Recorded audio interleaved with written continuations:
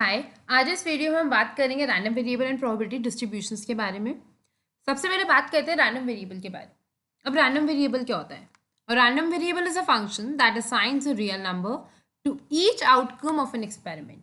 या फिर अगर हम सिंपल टर्म्स में बात करें तो a variable is said to be a random variable if it takes different value as a result of the outcomes of a random experiment. तो हम क्या कह रहे हैं कि लेट्स सपोज अगर हम एक एक्सपेरिमेंट करते हैं, अब हमें पता है उस एक्सपेरिमेंट का कोई भी आउटकम आ सकता है। तो वो जो एक्सपेरिमेंट है वो डिफरेंट डिफरेंट वैल्यूज ले सकता है। तो वो जो डिफरेंट डिफरेंट वैल्यूज में से अब उस एक्सपेरिमेंट का आउटकम कुछ भी हो सकता है, कोई भी रैंडम वैल्यू हो सकती है। तो क्योंकि वो एक रैंडम वैल्यू ले रहा है इसलिए वो एक रैंडम एक्सपेरिमेंट हो गया। एंड जो वो वेरिएबल है जो हम डिफाइन कर रहे हैं उसको हम कहते हैं रैंडम वेरिएबल। एक एग्जाम्पल लेते हैं। हम करें एक डाई, हम करें let's suppose we are throwing a die. अब हमें पता है अगर हम लोग कोई भी एक अनबायस्ड डाई थ्रो कर रहे हैं, मतलब जो एक नॉर्मल डाई आता है, तो उसमें हमारे आउटकम में सैम्पल स्पेस क्या होता है? सैम्पल स्पेस होता है हमारा 1 2 3 4 5 एंड 6। ये 6 में से कोई भी एक वैल्यू ले सकता है हमारा वेरिएबल, राइट? अब अब ये जो वेरिएबल है हमारा, वेरिएबल क्या है हमारा? The value that appears on the die. तो इसका मतलब जो भी वैल्यू आएगी हमारा वेरिएबल क्या बता रहा है कि वो कि जो डाई पे वैल्यू आती है वो वैल्यू कोई भी आ सकती है, 1 2 3 4 5 6 में से कोई भी आ सकती है उस डाइस पे वैल्यू। तो क्योंकि वो कोई भी एक वैल्यू आ सकती है उस डाइस पर, तो वो क्या हो गया? वो एक रैंडम वेरिएबल हो गया जो रैंडमली 1 2 3 4 5 और 6 में से कोई भी एक रैंडम वैल्यू पिक कर सकता है। तो उसको हम एक रैंडम एक्सपेरिमेंट कहते हैं और उसको हम रैंडम वेरिएबल कहते हैं। एग्जाम्पल एक और ले सकते हैं हम हाइट का। अब हम बात कर रहे हैं हाइट की, तो हमें कह रही हूँ अब लेट्स सपोज मैंने एक पॉपुलेशन लिया, उसके अंदर से मैंने सिंपली हाइट चेक कर ली कि इस पॉपुलेशन के अंदर से कुछ लोगों की हाइट चेक करी, तो उसकी हाइट क्या रही। अब वो हाइट जो है मैंने लेट्स सपोज सेंटीमीटर्स में मेजर की। अब वो कुछ भी हो सकती है, वो 150.238695 लिख लेते हैं। 150.2396854231 ऐसे करके कोई भी एक पर्टिकुलर कितने भी डिजिट तक वो नंबर जा सकता है, उसकी सेंटीमीटर्स में हाइट हो सकती है। अब वो एग्जैक्ट नंबर तो नहीं है ना, वो एक इंटरवल है, एक तरीके से हम कह सकते हैं। 150 से 151 के बीच में इंटरवल है ये एक। एग्जैक्ट वैल्यू तो नहीं डिफाइन होती ना इसकी, वो तो हम कर देते हैं अंदाजे, ठीक है हम इसको 150 कह देते हैं, बट आइडियल वैल्यू तो कुछ भी हो सकती है। सो ये भी एक रैंडम वेरिएबल है क्योंकि वो रैंडमली कोई भी वैल्यू ले सकता है। वो कितनी भी सेंटीमीटर्स हो सकते हो, 120 सेंटीमीटर्स भी हो सकते हैं या फिर 180 सेंटीमीटर्स भी, तो रैंडमली कोई भी वैल्यू ले सकता है। तो उसको हम कहते हैं रैंडम वेरिएबल, राइट? अब एक हम अब एक सिंपल नोटेशंस होती है कुछ जो हम यूज करते हैं जनरली। अगर हम कोई भी एक रैंडम एक्सपेरिमेंट कर रहे हैं तो उसके अंदर जो रैंडम वेरिएबल होता है हम उसको कैसे रिप्रेजेंट करते हैं? कैपिटल लेटर्स से। कैपिटल लेटर्स से मतलब capital X, capital Y, capital Z, कुछ भी कर सकते हैं। और उसके अंदर वो वैल्यूज जो ये वेरिएबल ले सकता है उनको हम किससे रिप्रेजेंट करते हैं? स्मॉल लेटर्स से, लाइक एक्स वाई जेड। तो यहाँ पे कैपिटल एक्स क्या हुआ? कैपिटल एक्स यहाँ पर सिंपली हुआ the value that appears on the die. तो वो कुछ भी हो सकता है। और ये जो स्मॉल एक्स क्या हुआ? ये जो 1 2 3 4 5 6 ये जो वैल्यूज हैं हम इनको स्मॉल एक्स से रिप्रेजेंट करते हैं, राइट? अब रैंडम वेरिएबल दो तरीके के हो सकते हैं, discrete random variable and continuous random variable. हम दोनों को एक एक करके पढ़ेंगे। सबसे पहले डिस्क्रीट रैंडम वेरिएबल। अब डिस्क्रीट रैंडम क्या वेरिएबल क्या होता है? Random variable that can take only a finite number of different values x1 x2 xn। मतलब वो x1 से xn तक कुछ फाइनाइट नंबर ऑफ वैल्यूज है जो वो ले सकता है, या फिर ज्यादा से ज्यादा एक इन्फिनाइट सीक्वेंस हो सकता है of different values x1 x2 x3 and so on. मतलब क्या हुआ? हम कह रहे हैं वैल्यूज में 1 to 1 कॉरस्पॉन्डेंस होनी चाहिए विद अ पॉजिटिव इंटीजर।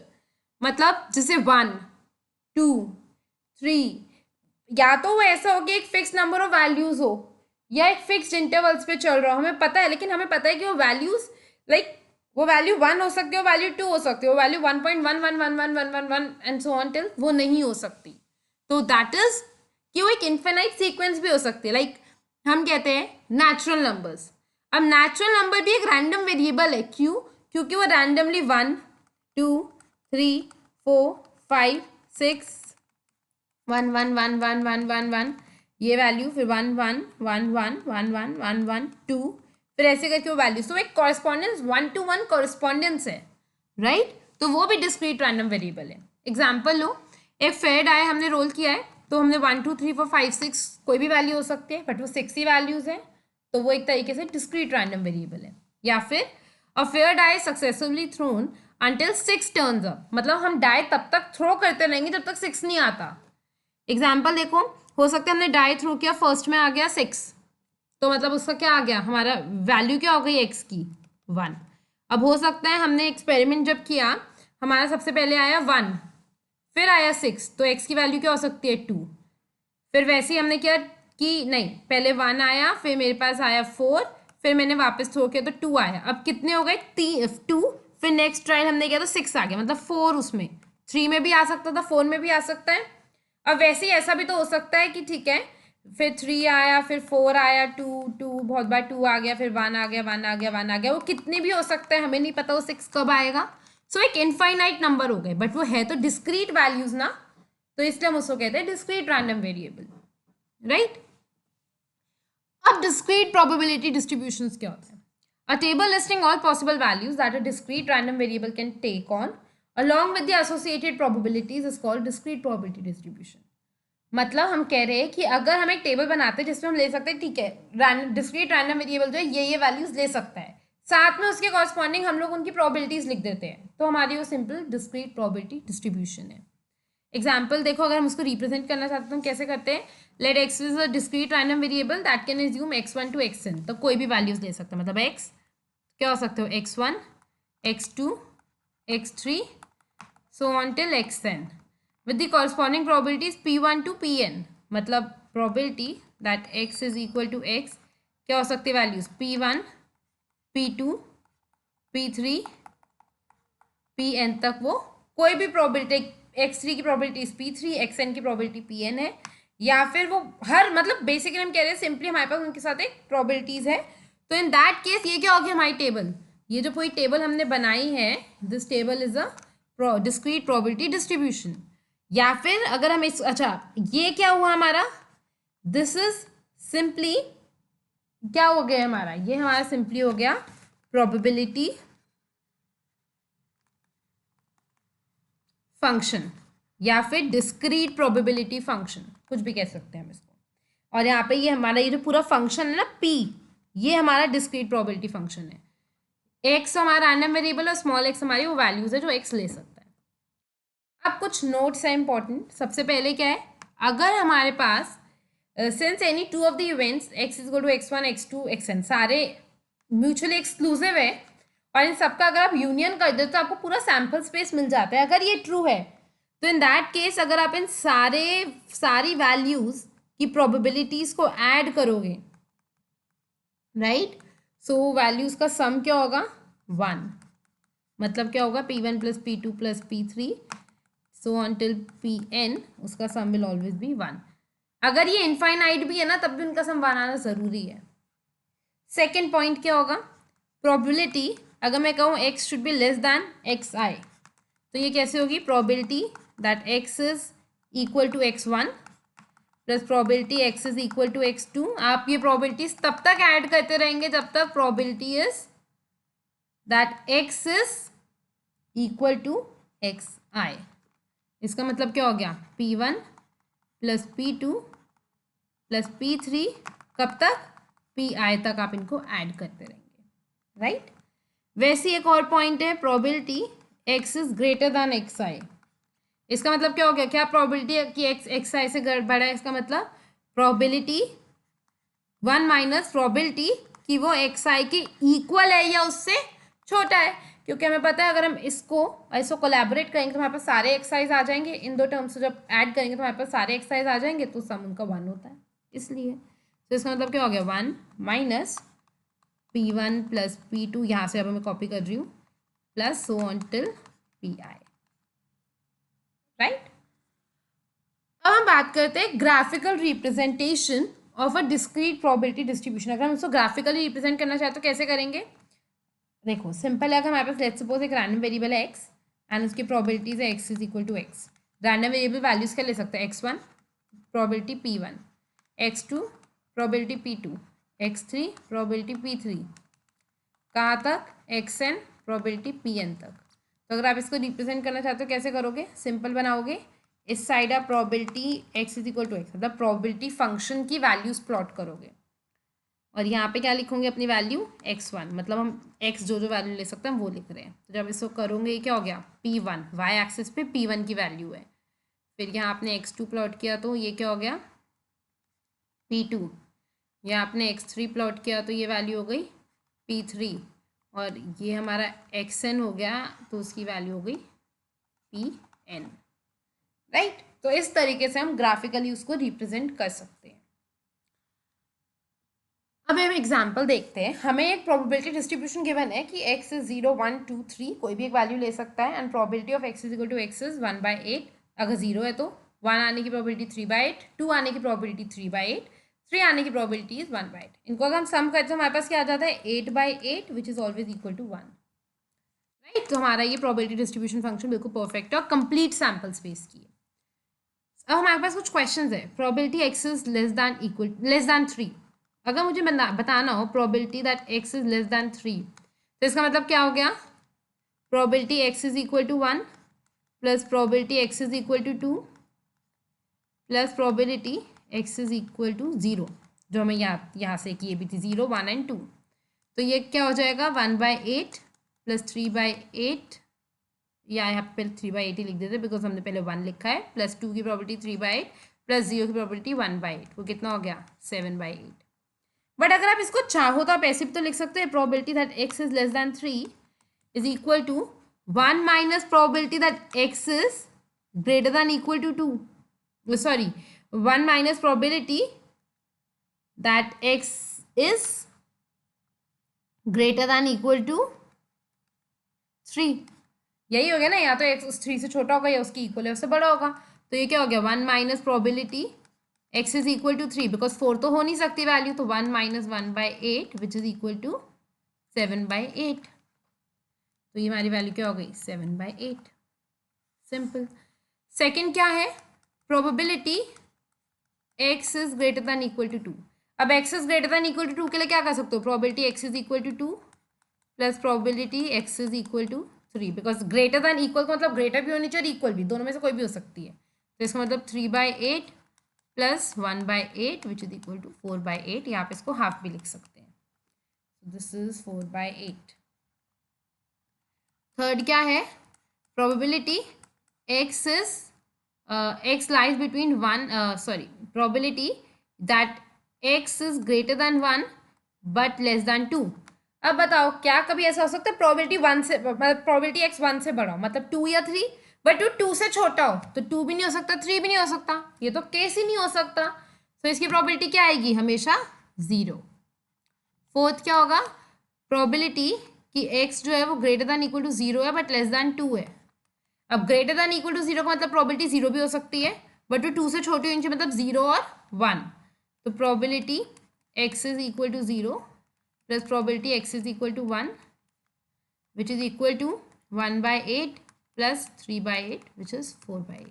अब देखो ये वाली और ये वाली सेकंड और फोर्थ क्वेश्चन के अंदर क्या चीज़ है, दोनों को अगर आप एक साथ ले लोगे तो उसकी प्रोबेबिलिटी क्या आएगी 1, बिकॉज वो पूरा सैम्पल स्पेस कवर कर देता है। इसलिए आप चाहो तो इसको आप क्या लिख सकते हो 1 minus probability x is greater than equal to 2, हम ऐसे भी निकाल सकते थे, राइट। सो ये होती है हमारी डिस्क्रीट प्रोबेबिलिटी डिस्ट्रीब्यूशंस। अब हम बात करेंगे कॉन्टिन्यूस रैंडम वेरिएबल की। अब एक random variable can assume any value in some interval. अगर ऐसा होता है कि कोई भी एक रैंडम वेरिएबल जो है वो एक इंटरवल में वैल्यू दे रहा है तो that is simply continuous random variable, क्योंकि वो इंटरवल में कॉन्टिन्यूस है ना। कोई भी अब पॉइंट हमने क्या पढ़ा है, कॉन्टिन्यूस जब ग्राफ चलता है तो आप कहीं से पिक नहीं कर सकते, मतलब कोई भी एक वैल्यू ऐसी नहीं होगी जो इस इंटरवल में नहीं हो सकती। जैसे height in inches, height in inches में वो वैल्यू क्या हो सकती है 1.5 भी हो सकती है, वो वैल्यू 1.51 भी हो सकती है, वो वैल्यू 1.512 भी हो सकती है, वैल्यू 1.511111 सो ऑन वो भी हो सकती है। तो एक इंटरवल में कोई भी वैल्यू हो सकती है। सो इस वजह से वो हमारा एक कॉन्टिन्यूस रैंडम वेरिएबल है। अब हम बात करते हैं प्रोबेबिलिटी डेंसिटी फंक्शंस की। जैसे हम वहाँ पे डिस्ट्रीब्यूशन फंक्शन की बात करते हैं, हम जब भी कॉन्टिन्यूस वेरिएबल की बात करते हैं हम डेंसिटी फंक्शन की बात करते हैं। A function y is equal to F X is a probability density function और डेंसिटी फंक्शन। आप चाहो तो प्रोबेबिलिटी डेंसिटी फंक्शन को सीधे से आप डेंसिटी फंक्शन भी लिख सकते हैं for x if it satisfied the following property. अगर वो ये सारी प्रॉपर्टी सेटिस्फाई करते हो तो हम कहते हैं ठीक है वो परफेक्ट है, प्रोबेबिलिटी डेंसिटी फंक्शन वो बिल्कुल ठीक है। पहली F of X is greater than equal to zero. अब हमें एफ ऑफ एक्स क्या आएंगे, हमें प्रोबेबिलिटीज बताता है ये फंक्शन। अब वो हम कह रहे हैं greater than equal to zero, ये तो हमें ही पता है कि उसकी जो प्रोबेबिलिटी है वो हमेशा greater than equal to zero होनी चाहिए। सेकंड, अगर इस फंक्शन को हम इंटीग्रेट करते हैं माइनस इन्फिनिटी से इन्फिनिटी तक तो उसका सम वो इंटीग्रेशन आना चाहिए वन। ऐसा क्यों? क्योंकि इसका मतलब क्या हुआ, हम इस प्रोबेबिलिटी फंक्शन को हर पॉइंट पर सम कर रहे हैं, ऐड कर रहे हैं इनकी इस फंक्शन की वैल्यूज हर पॉइंट पर माइनस इन्फिनिटी से इन्फिनिटी तक लेकर। यही हुआ ना, तो उसका सम तो वन आना ही चाहिए बिकॉज ये प्रॉपर्टीज हाई प्रोबेबिलिटीज जो होता है उनका सम हमेशा वन होएगा। थर्ड, अगर हम एक इंटरवल में चाहते हैं ए और बी कि देखो अब एक चीज समझो, probability of X is basically greater than A and less than B. ये और ये कॉन्टिन्यूस प्रोबेबिलिटीज में हमेशा इनका मतलब सेम होता है बिकॉज पॉइंट प्रोबेबिलिटीज हमेशा जीरो होती है इनमें, याद रखना पॉइंट प्रोबेबिलिटी जीरो होती है। जब मैं ये पॉइंट कह रही हूँ ना कि आप सिंपली बोलो कॉन्टिन्यूस वेरिएबल के लिए कि X is equal to one की प्रोबेबिलिटी निकालो, वो नहीं निकाल सकते, पॉइंट प्रोबेबिलिटी जीरो होती है। आप जो प्रोबेबिलिटीज निकालते हो एक इंटरवल की निकालते हो, जैसे ए टू बी, तो वो कैसे निकालोगे, प्रोबेबिलिटी और you integrate F of X with the limits A to B, right. Point probabilities हमेशा जीरो होती है, इसको आप बहुत अच्छे से समझेंगे जब हम बात करेंगे डिफरेंट टाइप्स ऑफ डिस्ट्रीब्यूशंस के बारे में, राइट। डिफरेंट प्रोबेबिलिटीज होती है, डिफरेंट डिस्ट्रीब्यूशन होती है, जब उनके बारे में बात करेंगे तो आप इसको अच्छे से समझ पाएंगे। बट हम एक एग्जाम्पल लेते हैं तो चेक कि हम कैसे बता सकते हैं whether it's a probability density function या डेंसिटी फंक्शन वो है भी या नहीं। हमारे पास जो एग्जाम्पल है वो कह रहे हैं let X be randomly X is randomly selected from the interval 0 to 1।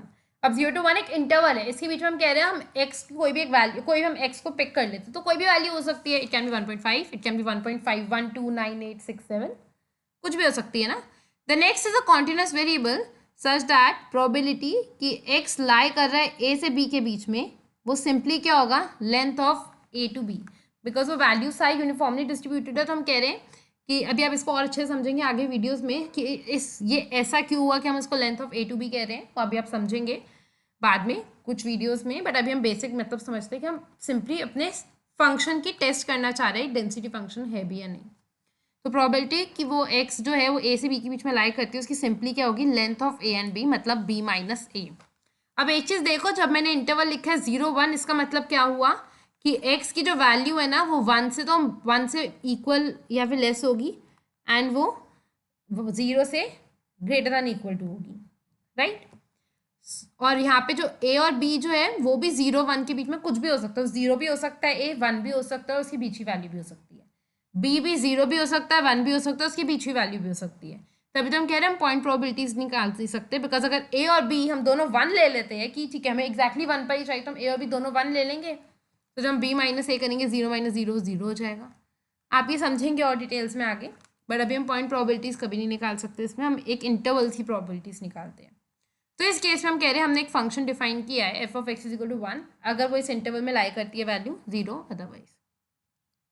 तो अब हमें इसके अंदर टेस्ट करना है कि वेदर ये डेंसिटी फंक्शन ट्रू है भी या नहीं, क्या ये सारी कंडीशन सेटिस्फाई करता है हमारी या नहीं। तो हमारी फर्स्ट कंडीशन क्या थी, F of X is greater than equal to 0। अब ये तो हमें ही पता लग रहा है कि एफ ऑफ एक्स या तो 1 है या 0 है, तो फर्स्ट कंडीशन तो अपने आप ही सेटिस्फाइड है। सेकेंड कंडीशन क्या कह रही है, सेकेंड कंडीशन हमें कह रही है कि हमें चेक करना है कि जो हमारा एफ ऑफ एक्स है जब हम उसको इंटीग्रेट करते हैं between minus infinity to infinity D X, ये हमेशा हमारा 1 के इक्वल होगा। देखो ये रही प्रॉपर्टी। तो अगर इसको हम करते हैं तो इसका मतलब क्या हुआ, हम इसको ऐसे लिख सकते हैं ना, मैं इसको इंटरवल को डिस्ट्रीब्यूट कर दूँ अगर, तो माइनस इन्फिनिटी से 0 और मैं यहाँ पे वैल्यू पुट कर देती हूँ, क्या हो गया हमारा एफ एक्स क्या है हमारा, अच्छा नहीं पहले हम वैल्यूज़ नहीं पुट करते, लिख लेते डी एक्स प्लस 0 से 1 के बीच में F of x D x plus 1 से इन्फिनिटी के बीच में F of x D x. अब आप देखो यहाँ पे एफ ऑफ एक्स की वैल्यू क्या होगी, ज़ीरो, मतलब अगर आप माइनस इन्फिनिटी से ज़ीरो के बीच में ज़ीरो को कर रहे हो, आप खुद सोचो तो वो क्या बन जाता है, ज़ीरो प्लस ज़ीरो से वन के बीच में आप one D x plus one से इन्फिनिटी के बीच में आप again zero into D x.